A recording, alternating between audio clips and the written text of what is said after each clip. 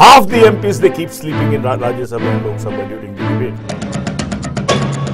They are constitutionally illiterate. नमस्कार, चौथी दुनिया इंटरनेट टीवी पर आपका स्वागत है। जैसा कि आप जानते हैं कि चौथी दुनिया पर राइट टू रिकॉल और राइट टू रिजेक्ट के ऊपर हम इससे जुड़ी सारे विषयों के ऊपर बहस और चर्चा कर रहे हैं। उसी कड़ी में आज विश्वबंधु जी से हम बात करेंगे कि जो राइट टू रिकॉल या राइट टू रिजेक्ट का जो प्रश्न है वो अगर हम उठाते हैं या देश की जनता उठाती है तो उसके पीछे कहीं न कहीं एक लॉजिक आता है कि जब हमारे सांसद बनने लायक ना हो, जैसा कि आंदोलन के दौरान ओमपुरी ने गंवार और अनपढ़ करके बुलाया। सारे सांसद नाराज हो गए, उन्हें लगा कि ये आदमी क्या बोल रहा है। लेकिन गंवार और अनपढ़ अगर एक सांसद है तो क्या उसको सांसद बने रहने की छूट दी जा सकती है? एक या विश्वबंधु जी से ही पूछते हैं कि किस सांसद को आप गंवार और अनपढ़ कहेंगे? देखिए, ओमपुरी ने जो कहा, मैंने समझता उनको माफ़ी मांगनी चाहिए, क्योंकि मैंने सारा कॉन्स्टिट्यूशन उसके बाद देखा। सवाल ये है, लिटरेसी जिसको इलिटरेट बोलते हैं, जिसका अनपढ़ मतलब होता है, आप ऑक्सफोर्ड की डिक्शनरी में चले जाइए। और मैंने कल गया, क्योंकि मैं हो सकता है इसके ऊपर एक पेपर बैक किताब ही निकाल दूँ, क्योंकि इतना रिसर्च कर लिया है। उसमें लिखा है, a man can be illiterate, a man can be literate but he may be politically illiterate. नहीं, मैं ऑक्सफोर्ड आप ये डिक्शनरी में लाया नहीं हूँ। I could be A PhD in chemistry but I could be musically illiterate. He says literacy is in a context. और इसमें एक चीज आपको बताएं, अमेरिका में भी लिटरेसी की डेफिनेशन अब थोड़ी अपग्रेड की जा रही है। पहले उनकी थी कि आप A से लेके Z तक लिख सकते हैं कि नहीं लिख सकते, वो लिटरेसी मान लीजिए, वो that is literacy in terms of letters. वो एक लिटरेसी होगा लैंग्वेज का। जैसे कोई आदमी लिटरेट केरल का है या तमिलनाडु का है, अपने लोकल लैंग्वेज को लिखता पढ़ता जानता, वो लिटरेट ऐसे हम वो लिटरेट है, वो लिटरेट है। लेकिन अगर वो पंजाब आ जाता है जहां वो उस भाषा का कोई इस्तेमाल ही नहीं है, वो आदमी अंग्रेजी नहीं जानता है, तो पंजाब के लिए वो व्यक्ति इलिटरेट हो जाएगा। बिल्कुल। एक इसके अलावा इसमें एक और बड़ा इसमें इंपॉर्टेंट चीज है, आपको मैंने शेड्यूल 3 दिखाया है, ये भी इसमें लिखा हुआ है, पर उसमें ओथ दी गई है हर मेंबर ऑफ पार्लियामेंट के लिए, और मैं पढ़ के सुनाना चाहता हूँ इसको। इंग्लिश में है, I having been elected to Rajya Sabha और Lok Sabha do swear in the name of God that I will bear true faith and allegiance to the Constitution of India as by law established, that I will uphold the sovereignty और integrity of India and I will faithfully discharge the duty upon which I am about to enter. Now these are the job requirements. क्या भारत की सरकार, क्या election commission, जिस आदमी को clutch नहीं पता, गियर नहीं पता, स्टीयरिंग नहीं पता, टायर नहीं पता, उनको ड्राइविंग लाइसेंस इश्यू कर सकता है? किस ग्राउंड पे इनको इलेक्ट किया गया है? कॉन्स्टिट्यूशन के आधे मेंबर्स ऑफ पार्लियामेंट, आधे क्या 2/3 मेंबर्स ऑफ पार्लियामेंट मुझे फंडामेंटल राइट से गिना दे 17 हिंदुस्तान के। मैं उनके, जैसे वो बोलता था अन्ना हजारे, मैं पानी भरूंगा, मैं उनके यहाँ पानी भरूंगा। 18 फंडामेंटल राइट्स हैं, 20-22। पहला सब्जेक्ट जो है, या प्रीएम्बल बता दे कोई भी MP, कॉन्स्टिट्यूशन प्रीएम्बल से शुरू होता है, आपने पढ़ा है। उसके बाद directive principles of the state policy आता है, एंड उसके बाद वो कॉन्स्टिट्यूशन शुरू होता है। और एंड कॉन्स्टिट्यूशन के फ्रेमर्स ने 1950 में लिखा था कि ये तीनों चीजें इकट्ठी पढ़ी जाएंगी, they are not in isolation. ठीक है सर। चौथा चीज है, it is just not fundamental rights, it is also powers between the federal government and the state government. It is also the separation of power between the legislative assembly and the executive and the judiciary, right? And Supreme Court said we will not define, they say any कोई भी ऐसा bill pass किया हुआ parliament का which infringes on the basic structure of the constitution shall be deemed illegal. And they refuse to define that basic structure. They say that basic structure keeps changing depending upon the requirement of, depending upon what the particular bill is asking about. एक इतना complicated constitutional process है जिसको supreme court की bench ने कहा है कि हम इसलिए इसको नहीं बता सकते कि आपका बेसिक स्ट्रक्चर क्या है, क्योंकि ये इतनी इसकी इंप्लीकेशंस हैं जो हम बिल के हिसाब से जाएंगे। आपके 90% एमपी मुझको ये बता दे directive principles of state policy क्या है, या पढ़ के बता दे, बिगर पढ़े बता दे, प्रीएम्बल मेरे को सुना दे, we the people of India, या मेरे को फंडामेंटल राइट्स गिना दे। विश्व बंधु उनका पानी भरेगा, और नहीं तो 90% एमपी उसको कल डिस्क्वालीफाई करो, इनको निकाल के भगाओ स्पीकर को। They are constitutionally illiterate and I am again revising it, they may be literate, 10वीं पास होगा, 8वीं पास होगा। The question is, we are issuing driving licenses here. And if you don't know driving, you have no right to enter parliament. Same is true of Rajya Sabha.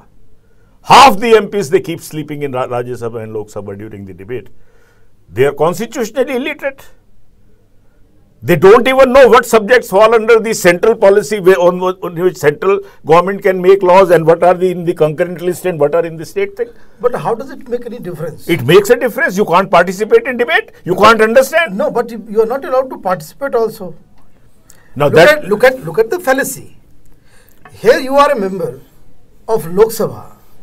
You cannot speak your mind. Yes. Because you are forced to speak or take the party line. So they keep sleeping. What is the problem? The point is, this is another second problem has been created. First of all, they don't understand. Secondly, they can't be even get ready to understand, because उसको पहले ही वो जैसे नाक में, ऊँट की नाक में वो दे देते हैं, वो ऊँट वाला ले जाता है, मतलब ये व्हिप की तरह डाल रखा है। वो कहते हैं तेरे को जहाँ बांध दिया तो खड़ा हो जा। मैंने आपको एक बात बोली थी, बोल रहा हूँ मैं बार बार, whip issued by political parties is illegal. Not because it just violates the freedom of conscience of the member of parliament. It also violates the... More importantly, yes, it violates the freedom of conscience of the voters who have elected him. Yes. And I also say another thing. If political parties were all that important, why do they have to put up a candidate? If you think political parties, by their manifesto, people should decide on the manifesto. Let us assume, एक आप मान लीजिए, in a country where 50% people are still illiterate in terms of reading and writing, how can you say he is happy with the policies of this party? He can't even read that. Why have you brought in? Why did our framers of our constitution never brought in a political party? They never recognized a political party. They knew that political party is meaningless to a people who can't understand what policies are being talked about. So what they did, they introduced a candidate, a human being. So that he is at least answerable to them. Same position even remains today. I told you at that time also, in 85, after Rajiv Gandhi got tremendous amount of huge majority, that he thought of this anti-defection bill. So, an anti-defection bill, you can't talk about anti-defection bill from a political party which constitutional framers have never thought about, never talked about. Number one, election commission becomes another mafia here. What they do, इतना दुख है इसमें, मैं आपको बात बताऊं, आप representation of peoples act में, मनीष जी, ये एडमिनिस्ट्रेटिव एक्ट है, पार्लियामेंट से पास है। उसमें क्या लिखा है, कोई भी ऐसी लोगों की संस्था, एसोसिएशन ऑफ पर्संस, या ऐसी कोई भी बॉडी जो अपने आप को पॉलिटिकल पार्टी कहती है, हम उसको पॉलिटिकल पार्टी मान लेंगे। शिवसेना के संविधान में लिखा हुआ है कि बाला साहब आजीवन अध्यक्ष बने रहेंगे। वही बात कर्नल गद्दाफी ने लिबिया के कॉन्स्टिट्यूशन में लिखी हुई है। लेकिन तो इलेक्शन कमीशन के रूल के मुताबिक कि they require to have internal democracy, internal elections. सवाल ये है, ये इलेक्शन कमीशन के मेंबर्स दारू पी के बिल बनाते हैं? क्या ये मेंबर्स ऑफ पार्लियामेंट जिन्होंने representation of peoples act pass किया है, क्या ये दारू पीकर पास करते हैं? वही सवाल पर मैं आ रहा हूं कि दे आर कॉन्स्टिट्यूशनली इलिटरेट। वही इसको सपोर्ट कर रहा हूं। एक 3 इलेक्शन कमिश्नर जो रहे होंगे, उस समय तो एक ही रहा होगा, अब तो 3 हो गए। अब तो 3 हो गए। एक वो शायद दारू पी के चला गया, क्योंकि आईएएस में जो जाता है वो हिस्ट्री पढ़ के चला जाता है, मुगल हिस्ट्री। आगे तो उसके पीछे कॉन्स्टिट्यूशन तो जरूरी भी नहीं है पढ़ना, आप आईएएस ऑफिसर बन जाओगे। और जितनी उम्र बढ़ती जाएगी उसके बाद अगर आप थोड़े फिट हो, आपकी जरा पीआर अच्छी है, तो आप इलेक्शन कमिश्नर भी हो जाओगे, क्योंकि वह 65 साल में रिटायर होता है। आप किस तरह से ऐसे, क्या आप कहते हैं कि कोई भी आदमी किसी भी तरह का ऑर्गेनाइजेशन बना ले, वो लिख दे कि मैं पॉलिटिकल पार्टी, और हमने उसका रिक्वायरमेंट भी पढ़ा, उसका 100 आदमी के दस्तखत होने चाहिए, बस पॉलिटिकल पार्टी बन। हाँ, हम सोच रहे थे। क्यों सोच रहे थे अब आप बताएं? मैं अपना प्रोफेशन चेंज करने की सोच रहा हूं, आप भी मेरे साथ आ जाइए। हम बहुत पैसे बनाएंगे। नहीं, मैं मजाक नहीं कर रहा हूं, मैं थोड़ा जनता को बता रहा हूं कि क्योंकि बहुत मूर्खता की मैंने कि ये चीजें नहीं पढ़ी। मायावती के केस में कई 85 करोड़ रुपया उसके पास उसने डिक्लेयर किया। भगवान जाने वो घूस का था, कहां का था, गिफ्ट का नहीं, वो तो वो कह रही है ना, रुपए पे तो लिखा नहीं होता कैसे है। उसने कहा मैं क्या करूं, जहां मैं जाती हूं सारे देश के लोग प्रेम और भावना से इतना होते हैं कि मैं मना करती हूं लेकिन फिर भी पैसे डाले जाते हैं। और वो इकट्ठे हो गए हैं, और वो इकट्ठे हो गए हैं। तो अब मैं बताइए उनका प्यार मोहब्बत मैं कैसे लूं, चाहे 85 हो चाहे 850 हो, क्योंकि इस देश में कोई भी व्यक्ति किसी को भी जिससे उसका लेना देना भी नहीं है, चाहे उसको पीट रहा हो, 20,000 रुपए की गिफ्ट बिगर किसी टैक्स के दे सकता है। ठीक है, तो मायावती जी ने कहा मैं क्या करूं। एक और सवाल पैदा हुआ, मायावती जी का जो मकान है दिल्ली में, मनीष जी, वो बहुजन समाज पार्टी के नाम में नहीं है, उसी पैसे का खरीदा हुआ। अब आपको हम एक और पेच बता रहे हैं। सवाल ये खड़ा हुआ कि जो लोग इतना आपको प्यार मोहब्बत से सैकड़ों करोड़ देते हैं, तो आपको इसलिए दे रहे थे कि आपकी शायद पार्टी में बिलीव करते हैं, बहुजन समाज पार्टी में। तो वो जो पर्टिकुलर मकान जो खरीदा गया आपने, मालचा मार्ग पर है, आपने भी देखा होगा, काफी कॉर्नर पे ही है, कॉर्नर पे बिजली जलती है, उसमें हाँ, चमकता है, और हाथी भी बना हुआ हाथी भी बना हुआ है। प्रश्न उसमें ये उठ रहा है मनीष जी, उसमें भी मायावती जीत गई। उसने कहा देखो 2 तरह के चंदे आए मेरे पास, जो सबसे ज्यादा आए वो उन्होंने मेरे को बहन के कारण दिया पर्सनल, ये तो मेरा ही है। और एक बात बता दें आपको, एक कोई हरिद्वार में स्वामी है, हम आगे नहीं नाम लेंगे, विख्यात, उनके साथ में झज्जर में बैठा हुआ था, समझ रहे हैं आप? हाँ हाँ।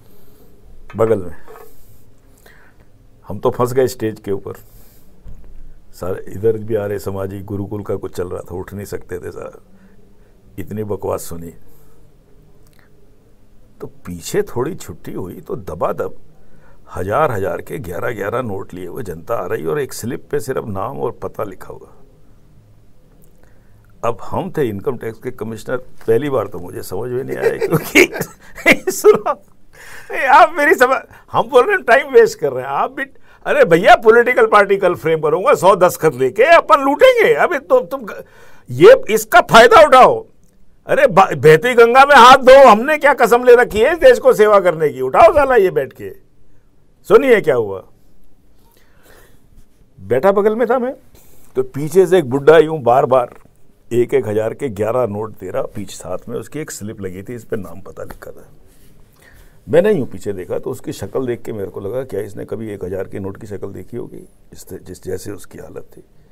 मेरे को शक नहीं हुआ, उसके चमचे ने आगे कर दिया। फिर एक और आ गया, वो भी 1000 के 11 नोट लेके, क्योंकि 20,000 तक की कैश ट्रांजैक्शन अलाउड है, सुनिए, और एग्रीकल्चरल इनकम एग्जम्प्ट है, समझ गए, और 20,000 रुपए तक की इनकम भी एग्जम्प्ट है। वहां पर कोई पर्चियां बना रहा था पेंसिल लेके दबा के, ये 11 दे के उधर, ये 11 दे के उधर। यही वही मायावती के यहां होता है, उसमें 100-100 के नोट, 1000-1000 के नोट रखे होते हैं, और सारी ट्रांजैक्शन 20,000 से। मैं बहन भी नहीं लिखता, वो तो बहन तो बात की बात है, नाम पता दे दबा के इकट्ठा हुआ। आज वो मालचा मार्ग का जो मकान है वो दिल्ली की हाई कोर्ट ने मायावती के नाम डिक्लेयर कर दिया। प्रिवेंशन ऑफ करप्शन एक्ट में मैं एक बात बोलता हूं, क्या जरूरत है आपको मंत्री बनने की, और आप मंत्री बन भी जाते हैं तो ये जो फ्लॉ इसमें प्रूव हुआ है गिफ्ट का, ये राजा ये क्यों नहीं बोलता जाके खड़ा होके, अरे आपको पास मेरे जितने पैसे मिल रहे हैं, या ये कन्नी मोजी के वकील राम जेठमलानी को मैं सैक कर दूं पहले दिन ही, आज की तारीख में। वो बोली मेरे को जो 300 करोड़ आए थे, सिर्फ उसने गलती एक की, कन्नी मोजी ने, जो मायावती ने और बाकी जो स्वामी लोगों ने नहीं करते हैं, वो अपनी भीड़ जरूर के उसकी वीडियोग्राफी जरूर करा लेते हैं भीड़ की, और उस वीडियोग्राफी में वो 100-150 आदमियों की ड्यूटी लगा रहे होते हैं। वो जैसे कुछ निकाल के वो नोट निकाल के वो यूं कर रहे होते हैं, और बार बार फिल्म होती रहती है, फिर और भेज देते हैं, और वो भीड़ भूड़ को दिखू के वो कहते हैं साहब ये ऐसे आया पैसा, ये देखिए। आप मुझे एक बात बताइए, करप्शन इस तरह की जो लीगलाइज हुई है, आज मायावती जी का जो मालचा का मार्ग का जो मकान है, वो मायावती जी को देश के लोगों ने प्रेम और उसकी भावना से दिया है, बहन समझ के दिया है, बहन समझ के दिया है, और बहन हमारी कॉन्स्टिट्यूशनली इलिटरेट है। मैं मायावती जी को भी चैलेंज करता हूं, मैं इस 90% एमएलए को चैलेंज करता हूं, और 75% एमएलए को चैलेंज करता हूं, अगर मुझको वो कॉन्स्टिट्यूशन के कोई भी मेन प्रोविजन बता दें, otherwise supreme court has to disqualify these MPs and these chief ministers. Because मैं अगर लगा लूं अपने घर के अंदर ड्यूटी के ऊपर नर्स जिसको इंजेक्शन देना नहीं आता हो, तो देश की जो हालत हो रही है वही होगी। ये एक बहुत बड़ा मुद्दा है जो मैं आपको बता रहा हूं, ओमपुरी के लिए भी और किरण बेदी के लिए। नहीं, एक बात जो मुझे समझ में नहीं आ रही है, एक तो वो जो पॉलिटिकल पार्टीज हैं वो फाइनेंशियल इरेगुलरिटीज करती हैं, ये अलग मसला है, लेकिन जो डिस्क्वालिफिकेशन का जो क्राइटेरिया होना चाहिए, वो पॉलिटिकल पार्टीज के मेंबर्स को इसलिए भी तो डिस्क्वालीफाई किया जाना चाहिए क्योंकि जो हमारा रिप्रेजेंटेशन एक्ट है वो पॉलिटिकल पार्टीज को ही रिकॉग्नाइज नहीं करता। एक पहली बात, उसमें हमने अमेंडमेंट करके एक अलग से एक्ट बना करके जो है आपने उसको डाल लिया, पॉलिटिकल पार्टीज को जो है आपने मान्यता दे दी। बिल्कुल। लेकिन एक बात जो मुझे समझ में नहीं आती है कि इन पॉलिटिकल पार्टीज को खुद को डेमोक्रेटाइज करने में क्या परेशानी है? परेशानी नहीं है, ये इलेक्शन कमीशन के लोगों को सुप्रीम कोर्ट को नोटिस देना चाहिए कि तुमने शायद नहीं किया, तुम्हारे जो प्रेडेसेसर थे सारे दारू पीते थे, और तुमने अभी तक इसके बारे में पिटीशन नहीं डाला है कि कोई पॉलिटिकल पार्टी तब तक हम रिकॉग्नाइज नहीं करेंगे जब तक उसका पूरा कॉन्स्टिट्यूशन डेमोक्रेटिक ना हो, नंबर 1। नंबर 2, डेमोक्रेटिक के हिसाब से जो भी चुनाव होते हैं वो भी हों, और कोई भी जो पूरा जैसे डेमोक्रेटिक एक मॉडल बनना चाहिए। ये नहीं कि आप अपना लड़की बना लाया जैसे मर्जी खींच के उसका जैसे मर्जी आपने ड्राइंग और ले ली और उसने पॉलिटिकल पार्टी मान ली, जो इस समय हो रहा है। दूसरा, उसमें सबसे बड़ी बात यह है कि ये जो लिंडो साहब ने, मेरी उनसे बात हुई, चीफ इलेक्शन कमिश्नर थे, उन्होंने कहा विश्व बंधु सबसे बड़ी फ्रस्ट्रेशन हमको ये आ रही है, आज हम एक डिस्क्वालीफाई कर दें पार्टी को, वो कल को दूसरे नाम से आ जाएगा वही सारे के सारे आदमी। सवाल ये है, जब आप पॉलिटिकल पार्टी को डी रिकॉग्नाइज करते हैं तो जिनके जितने भी ऑफिस बेयरर्स हैं उनको भी they should be band for life. Yes, so that they can't come up with another. अच्छा, ये अमेंडमेंट्स कोई सुप्रीम कोर्ट लाएगी क्या? सुप्रीम कोर्ट तो परमिशन देगा। परमिशन देगा। दूसरी बात मैं कह रहा हूँ, इलेक्शन कमीशन के पास भी इतना पावर है क्या? पावर अगर नहीं है तो मांगेंगे कि कौन मांगेगा? ये मुझे बताइए। आपको कॉन्स्टिट्यूशन में, इंडिया के कॉन्स्टिट्यूशनल फ्रेमर्स ने आपको कॉन्स्टिट्यूशनली इंडिपेंडेंट किस लिए बनाया था? नहीं तो फिर रिटायरमेंट के बाद फिर हमें गवर्नर कैसे बनाया जाएगा? अब आपको देखिए, बात यह है, अगर इनको गवर्नर बनने का शौक है तो हम एक बात बता देते हैं, और हम वकीलों से बहुत नाराज हैं। ये वकील लोग चाहे जितना मर्जी पैसा चार्ज करें अपने क्लाइंट से, हर 9 केस के बाद 1/10वां पब्लिक इंटरेस्ट लिटिगेशन में डाल दीजिए कि आई एज ए वोटर, ये इलेक्शन कमीशन का नहीं, मेरे पर भी आ सकता है। ये देखिए, क्योंकि आप ये देखिए कि बहुत सारे रिफॉर्म्स की जरूरत है।